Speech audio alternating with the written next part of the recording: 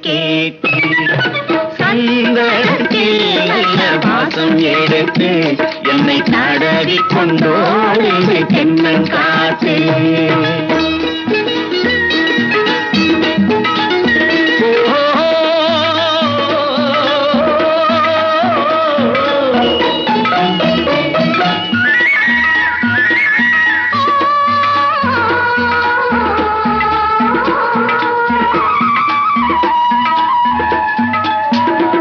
பன்னீர் பூச்சரம் பச்சை புல்லு மேடையில் பட்டு போல் கிடப்பதும் நமக்காக